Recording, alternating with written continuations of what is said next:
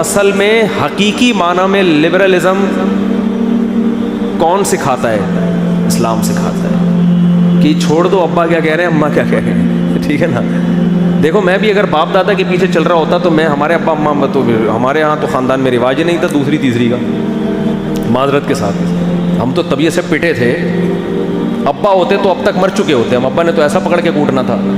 تو ہمیں خاندان کی ذہنی غلامی سے کس نے بچایا؟ اسلام نے. اور جب ہم نے اس پہ غور کرنا شروع کیا ہم نے کہا یار یہ تو بالکل ایک معاشرے کی نیڈ ہے، ضرورت ہے معاشرے کی. کسی کے باپ کے پاس ان دلائل کا جواب نہیں ہے جو اسلام دے رہا ہے، تو ہم اس ذہنی غلامی سے کیا ہو گئے؟ بولو، بچ گئے. مجھے لوگ کہتے ہیں کہ ابا کا انتقال ہو گیا، وراثت بڑا بھائی نہیں دے رہا، ہمارے معاشرے میں یہ ہے کہ وراثت تقسیم نہیں ہوتی جب تک. میں کہتا ہوں بھائی آپ کا رائٹ ہے، آپ وراثت اس سے مانگ سکتے ہیں. تو اگر ہم ذہنی غلام ہوتے تو ہم کہتے ہیں آپ کا کلچر جدھر کو لے کے جا رہا ہے آپ کیا کریں. تو بھائی ٹھیک ہے، بھائی کا احترام اپنی جگہ، مگر یہ تو نہیں کہ بڑا بھائی آپ کی وراثت غصب کر کے بیٹھ جائے. ایسا کرنے کی اجازت نہیں ہے. تو آپ یہ فیصلہ کرو کہ غلام کس کے ہو. سمجھ رہے ہو؟ اللہ کے غلام ہوگے تو مخلوق کے حقوق اور اچھے ادا ہوں گے. اور عجیب بات بتاؤں، جو اللہ کی محبت میں، اللہ کی غلامی میں مخلوق کا حق ادا کرتا ہے، مخلوق کی طرف سے بھی اچھا رسپانس ملتا ہے اس کو. اور اگر آپ اللہ کو درمیان سے نکال کے مخلوق سے جتنے مرضی تعلقات بحال کرو، مخلوق ایسی نالائق مخلوق ہے کہ آپ اس کے لیے کر کر کے آدھے ہو جاؤ گے، یہ آپ سے وفا نہیں کرے گی. یہ بتاؤ. لوگ آئے دن شکایتیں آ رہی ہیں، ہم اپنے بھائی سے اتنا اچھا سلوک کرتے ہیں لیکن ڈستا ہے وہ. ہم نے تو یہ کیا، ہم نے تو یہ کیا، لیکن جب اس کی طرف سے موقع آیا تو وہ ہمارا ساتھ نہیں دیتا. میں ان سے کہتا ہوں آپ نے اللہ کے لیے کیا ہوتا تو یہ ٹینشن نہ ہوتی آپ کو. لوگ سب مفاد پر، ہر کسٹمر سے اچھے اخلاق سے بات کر رہا ہے تو کسٹمر کیا اس کا غلام بن جائے گا؟ ہے بھائی، کسٹمر کو پتا ہے اپنی پروڈکٹ اس نے مارکیٹ میں، اس کا چورن اسی طرح بکے گا. ٹھیک ہے نا. دیکھو نا ہوٹلوں کے باہر لوگ کھڑے ہوتے ہیں، آئیے آئیے آئیے. اب تو وہ جو کراچی میں ہوٹل ہے نا وہاں باہر تک روڈ پہ آئے ہوئے ہوتے ہیں، please sir please sir please please. جو کر رہا ہے نا اس لیے نہیں کہ آپ اس کے کچھ لگتے ہیں، اس کو پتہ ہے گالیاں دوں گا تو کوئی بھی نہیں آئے گا. اگر وہ کہے الو کے پٹھے ادھر آ کے کوفتے کھا لے، کبھی بیٹھ کے ادھر بھی کھا لے، اگر ہمیشہ یہاں سے مجھے منہ چڑھاتا ہوا گزرتا ہے اصولی طور پر، تو اس کے اندر کے جذبات تو یہ ہوتے ہیں، اندر جو ہے نا اس کے کہ یار میں دیکھ رہا ہوں، میں یہاں سے، ہمارے ہوٹل بھی ویسا ہی ہے، تو یہاں سے کراس کر کے وہاں جاتا ہے، اس کا کھانا بھی مہنگا، تو شرم ہی نہیں آتی. دل اس کا چاہتا ہے گالیاں لکھ کے آپ کی گاڑی پہ لگا دے، لیکن وہ ایسے بات نہیں کرتا. وہ کہتا ہے سر پلیز آئیے نا، آئیے پلیز. آپ دھکا دیتے ہوئے گزر جاتے ہو، ذرا بھی غصہ نہیں کرتا، تیری ایسی کچھ بھی نہیں.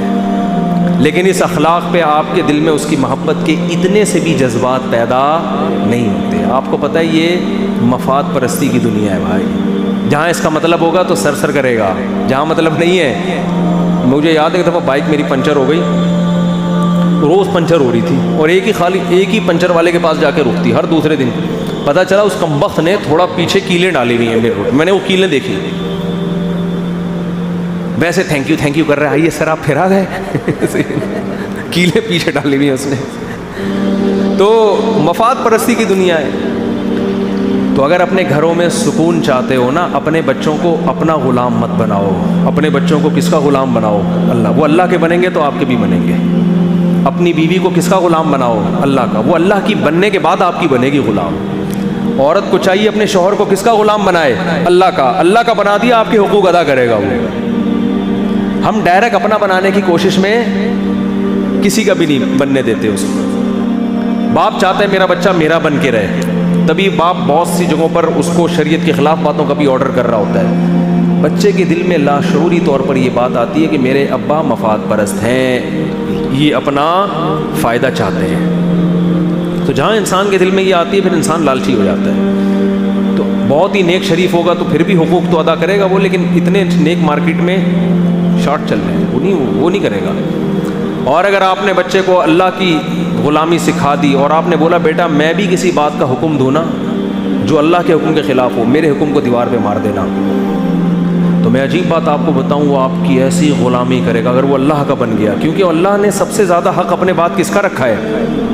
والدین. لیکن آپ اس کو جہاں شریعت کی بات آتی ہے نا تو آپ نے اس کو یہ باور کرانا ہے کہ جیسے تمہیں میں شریعت کا پابند بنا رہا ہوں خود بھی کیا کر رہا ہوں، بولو شریعت کو فالو کرو. مثال دیتا ہوں، ایک مثال ایک ہی آ رہی ہے مارکیٹ میں، تو اب کیا کریں، زیادہ تر یہی کیسز آ رہے ہیں نا، تو جو آ رہی ہے وہی مثال دوں گا نا، جو آ رہی ہے وہی مثال دوں گا. ماں باپ بچے کو میرے سامنے لا کے حدیثیں سناتے ہیں، دیکھو یہ میری بات نہیں مانتا، تو قرآن و حدیث میں کتنی ترغیب ہے کہ ابا کی مان کے چلو، ہے نا. تو میں کہتا ہوں قرآن و حدیث میں تو یہ بھی ہے کہ یہ کہہ رہے شادی کرو تو کرا دو اس کی شادی ہے بھائی، یہ اپنے خرچے پہ کر رہا ہے، آپ کے خرچے پہ نہیں، کرا دو نا، کرنے دو. ابھی مفتی صاحب ابھی یہ باتیں ہوتی ہیں، اس عمر میں یہ باتیں ہوتی ہیں بھائی. اسلام تو کہہ رہا ہے کہ 14-15 سال کی عمر میں کیا ہو گیا، بالغ ہو گیا، تو اسلام تو اسی عمر میں ترغیب دے رہا ہے. تو بچہ جب دیکھتا ہے نا کہ ہمارے ابا کو بھی شریعت وہ والی چاہیے جو اپنی مرضی کی ہو، یہ چیزیں بچے نوٹ کر رہے ہوتے ہیں. ابا کو وہ والے حقوق چاہیے جس میں اماں ابا کی غلامی کریں.